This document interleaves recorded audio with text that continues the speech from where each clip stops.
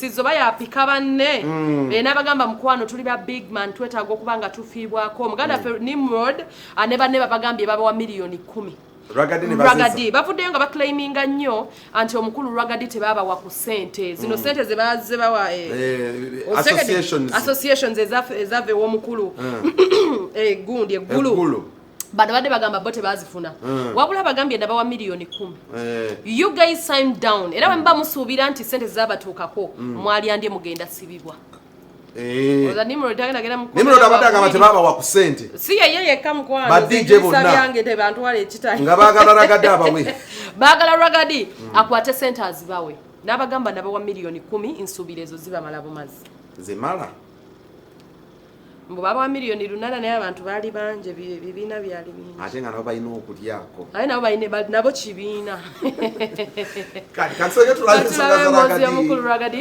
ngaddemu ba DJ naye kibiina bwe twogera ku National Culture Forum twogera ku bantu abakola bye tumanyi tewali muntu gwenkwasa ssente esimukuba kifaananyi tewali muntu gwenkwasa ssente cash nkwasa ssente by EFT electronic transfer tosobola kufuna ssente by fraud akati ssente gavumenti zebeetaddewo ez'abayimbi ez'abannabitone era bazifuna era buli yazifuna okukola office tebazifuna kuzirya okusookera ddala kakati badijje tebaddamu okwogera kye batamanye badijje naba miliyoni 10 bakole office bonna boogera amannya gabe teboogera naba miliyoni 10 bakole office bwe tebakolanga office balina okuvunaanibwa gavumenti ya Uganda kubanga bamuka ssente ziwe associations zikole offices not money to eat tebawa badijje bokka miliyoni 8 zigenda mu bantu bonna tuna 61 associations buli association at least enna okubeera ne 10 million ekole website abo badijje bajje ne basayininga abo bonna banene tebasayininga they signed for the money and they took it to make an office balina okukola ne website and what I did buli gwe nawa ssente ezo alina acknowledgement alina contract yasayininga njagala kwogera ku bantu abali eyo Umas nagiwa 60 million olwokuba nti Umas erina office mu Uganda yonna yeringanga bano abantu abala balina office ngeri Kampala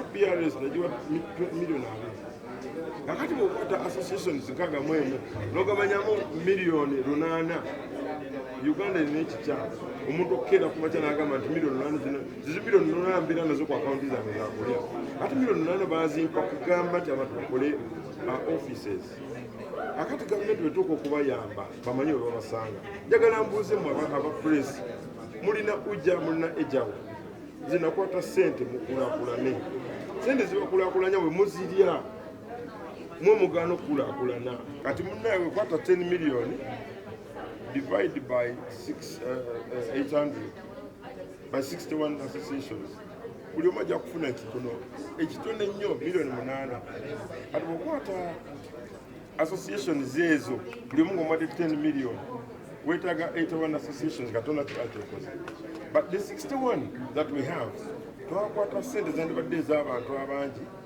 those are 60 million zitwawa Umas kubanga Umas in associations nyingi so bajjeko 10 million zibawa ejjinja embalala embale bakole offices gavumenti egenda kubasinga ate badijja abonno badijje tebali kusumbuye nnyo badijje gye nasooka okubakolera bonna badijje bafuna emyoga kakati ssente zaabaweebwa tezaali zakulya zakukola team together babeere ne office wewabasanga buli dijje abadde akolera mu kirabu ye covid bwe yajja badijje balina okubasanga mu kifo eki ekibayamba yadde okubawa akawunga yadde okubawa ebijanjaalo naye lwakubanga buli omu alina endowooza bafuna badijje abagamba nti ffe tuli bakibuga nabo badijje bagamba nti bano bakyalo kakati ne mbagamba nti bonnaye njagala tufune office mwetuwegatte ate bwesagala bateekako nnyo ndowooza kuba nze ndi dijje there's nothing I don't know ate abantu abasumbuwa just kabondu k'abantu batono nti what I want EFT nja ziteekayo mu mawulire ne account number kwe nateeka ssente bino tuliwo okuyamba bantu ebyawala abantu abafuna sente they have to sign an agreement. Bino bintu si byakwogera bwogezi. Abantu waliko Patrick Clover, waliko Nassa, sagala kwogera ate bigambo bingi. They received the money to make the office. I don't know what they did. So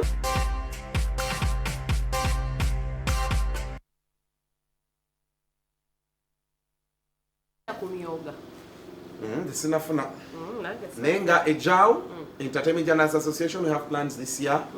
Ezimu plans that we know mwaka guno tugenda kuba awardinga. Tineteka awardinga best presenter. Wafunye certificate. Buli mwezi nafunye.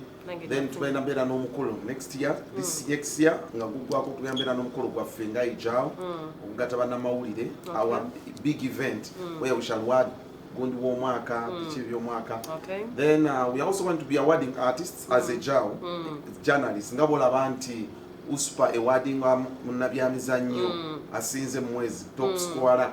Nafe tujawayo muyimbi wa Fenga ba entertainment. Yes, the best entertainer, best stage performer. Ngatubikola monthly. So that is some of the agenda we plan this year. JAO is going to uplift the entertainment like the mandate it was given. Yeah. Okay, awono fina masanyalaze awaviriddeyo nayogera ku musaada omu